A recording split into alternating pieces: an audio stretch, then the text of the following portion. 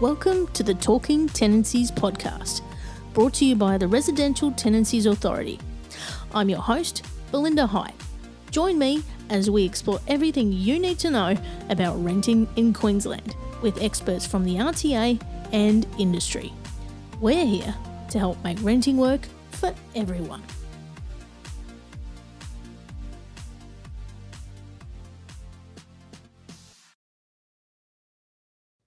A managing party is responsible for ensuring the property is fit to live in and in a good state of repair.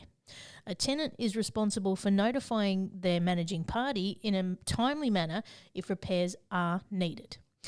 Today's expert from the RTA is Kimberley Galumalemana, Senior Quality and Training Officer in Learning and Organisational Development, but she's also acting with us at the moment in Communication and Education. Welcome, Kimmy. Oh, thank you. I'm very excited. Thanks for joining us. Now, can you tell us about your role at the RTA and what you're responsible for? So my role at the RTA is as a Senior Quality and Training Officer. So I work with the frontline staff. Mm-hmm. We work on essentially bettering their skills, improving their skills so that they can provide the best possible customer experience. Yes, and you're also the voice of our webinars currently. I am. So if you've checked any of those out, jump on our website and you'll be able to see Kimmy at her finest. Now, Kimmy, can you, with tenants' obligations around repairs, today we're going to talk about everything to do with your rights on repairs. Mm-hmm. So when we look at a tenant's obligations around maintaining a property, what are they? Well, essentially, the tenant's obligation is to keep the property clean, okay? So the tenant must not also maliciously damage the property or allow someone else to maliciously damage the premises. A tenant has an obligation to report any damage as soon as they're aware of it, okay? Now, this includes any damage caused by the tenants themselves.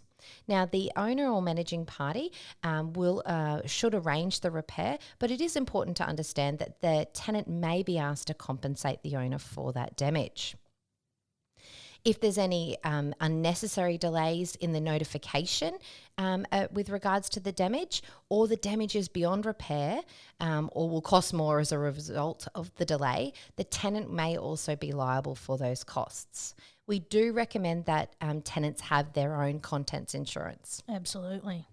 So what are the property manager or owner's obligations around maintaining a property? Okay, so just like the tenant, the owner or the landlord has their obligations generally as well. So the landlord must comply with all health and safety laws and ensure their property is safe, livable, and in a good state of repair. The landlord should fix all emergency repairs as soon as possible and all routine repairs within a reasonable time frame.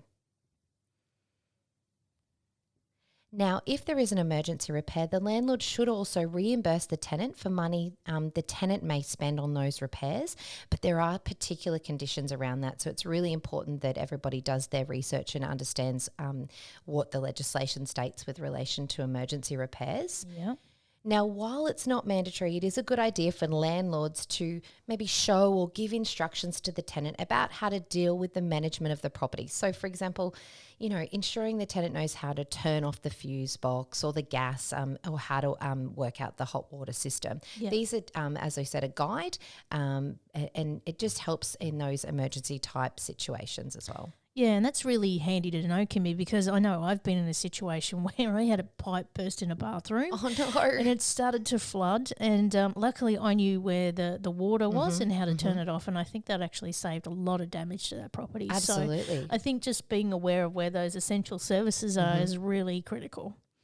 So when it comes to repairs, there's two kinds. So we have routine and emergency. General tenancies generally for that. Let's start with routine repairs. What is defined as routine repairs and how do we go about arranging them? Okay, so certainly it's always best to inform the property manager or owner of the required repairs in writing, okay, and come to an agreement with them on what would be a reasonable time frame to fix the repair. So, a shout out to say, hey, look, I've noticed this this, that, and the other. This is impacting me in this way. When do you think this could be rectified? Okay, so having those conversations and determining the impact and the time frame it may take. Okay. Now, timeframes for repairs does vary depending on the circumstances. So this could be even just the availability of tradespeople. We know air conditioning units, in demand in summer, and it's very difficult. So the availability of tradespeople is something that comes into play there, and the type of repairs needed. Yeah. The tenant should not ever carry out repairs without written permission. That's really, really important. Their safety is paramount, and the property manager or owner must carry out repairs, as we said, within a reasonable time frame and comply with the entry rules, of course. Entry is a big one as well. Yeah. So you're mentioning a lot there about reasonable timeframes. What if the managing party doesn't carry out repairs within a reasonable time frame? What can the tenant do? Yeah, look, we say this so much here at the RTA. The first step is always self-resolution. So we said first, have that conversation. Yep. Okay.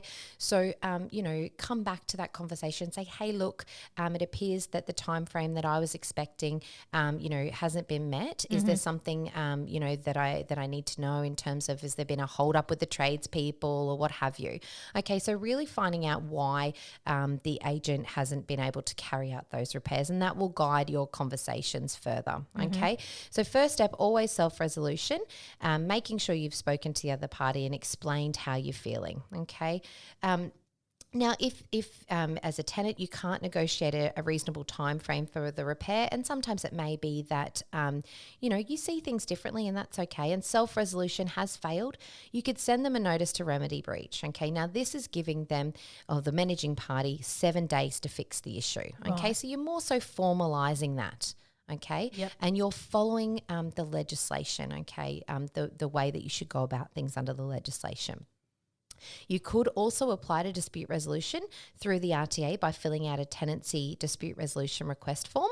Okay, so you might issue the notice to remedy breach, and then as it gets closer to that time frame, you may decide then if you feel that breach isn't going to be remedied, then you contact the RTA and complete that dispute request form. Now, the RTA, it does offer this free dispute resolution service, okay, so which is where tenants and properties or managing owners may want to come together, okay, with an independent impartial third party when they can't self-resolve a disagreement over the repair.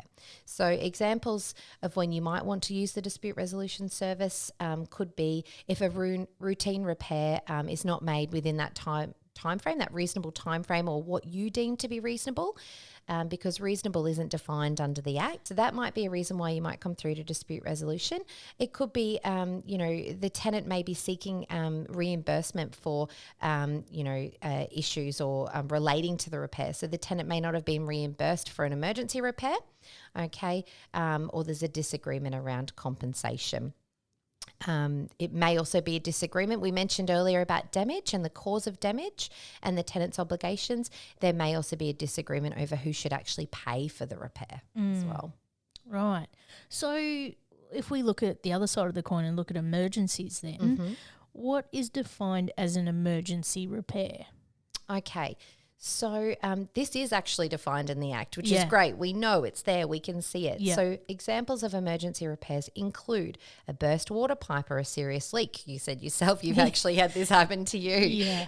Blocked toilet or broken toilet. Ooh. A serious roof leak. Okay, so it goes into specifics. There's serious roof leak, gas leak, dangerous electrical fault, serious storm, fire, impact or flood or damage, a failure or breakdown of the gas, electricity, water supply, or of any essential appliance on the property used for hot water, cooking, or heating. Yep. Okay.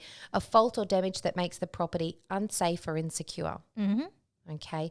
Or a serious fault in a staircase, lift, or other common area of the property that unduly inconveniences the tenant in gaining access to or using that actual property. Yeah, so those would be total emergencies in those cases. Yes, so absolutely. How can a tenant arrange for an emergency repair to be done? So all of these conversations really should be had up front, okay? Yep. And a lot of this information is captured on the tenancy agreement. So that's first of all, really looking and checking in back on what was discussed in the beginning of the tenancy is important. Yep. But realistically, the tenant should be contacting the property manager or owner. If it's within business hours or what have you, contacting them, okay? Or alternatively, the nominated repairer as listed on that tenancy agreement. Contact them about the problem. It's a good idea also to put the request or the issue in writing, just so you've got it there. We know that, email trails and notifications are always good to have them there, in times of if you're needing to draw on those again. Yeah. So what if the nominated repairer that the agent or managing party has nominated is not available and I can't get hold of the property manager owner? What do I do then? Certainly, common sense needs to prevail here.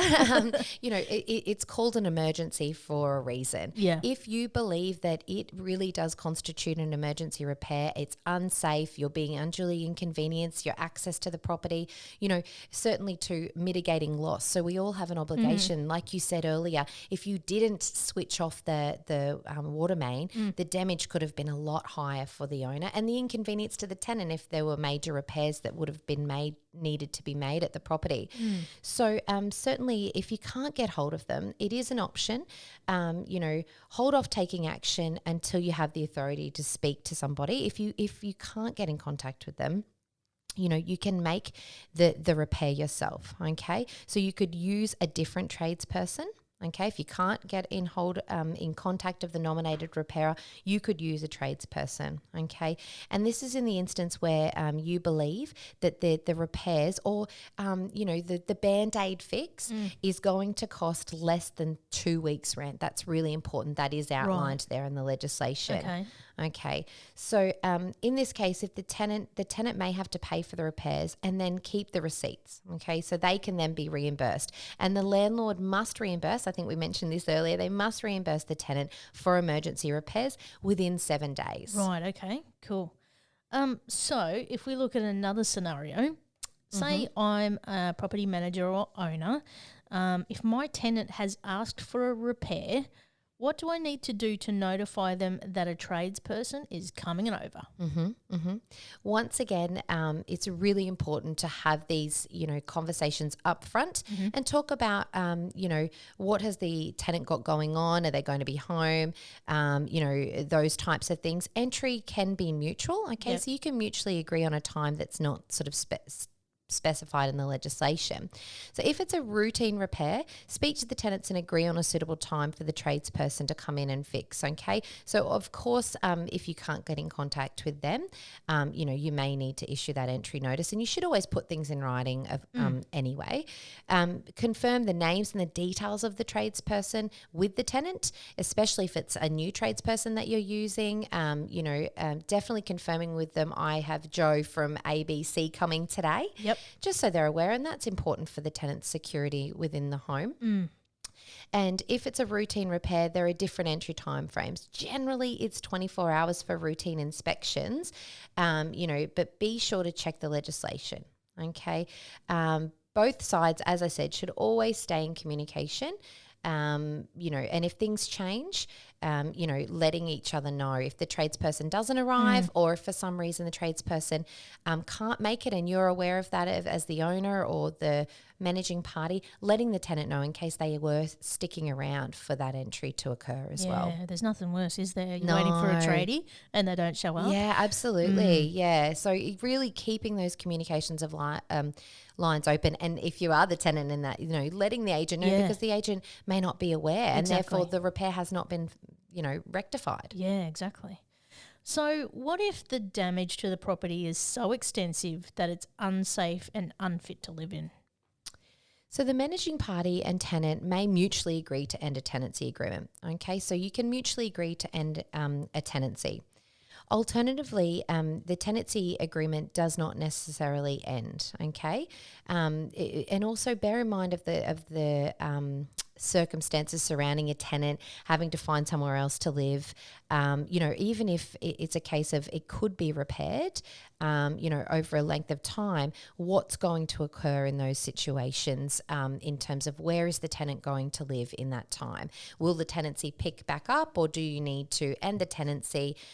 Tenant sorts the situation out in the interim, and then the tenancy could, new tenancy could be created. So really fleshing out that situation and trying to agree on how and if and when the tenancy should end, and agreeing, what is unsafe or what is unfit to live in, coming together and determining that together. Yeah, so really just minimising that loss for all parties, really, isn't it? Absolutely. Yeah, absolutely. And certainly, it is important to note that the Queensland Queensland Civil and Administrative Tribunal is available for tenancy disputes. There's the legislation stipulates, types of applications to tribunal. There's situations that are warranted urgent. Okay, they're outlined in the legislation, and the tribunal is there for you if your self-resolution strategies or within dispute resolution, you're unable to resolve the matter,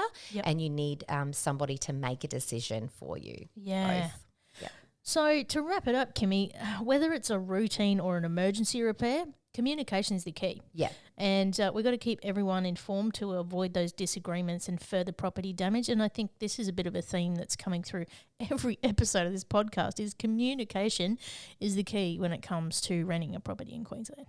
Absolutely. The legislation is, in most cases, is not specific. So what else do you have? Exactly. You only have communication, between each other, negotiation and compromise. Yeah, absolutely. Well, thank you so much, Kimmy, for getting us up to speed on repairs. If you want to find out more, head to our website at rta.qld.gov.au. Thank you for listening to the Talking Tenancies podcast. For more information about the Residential Tenancies Authority, visit rta.qld.gov.au.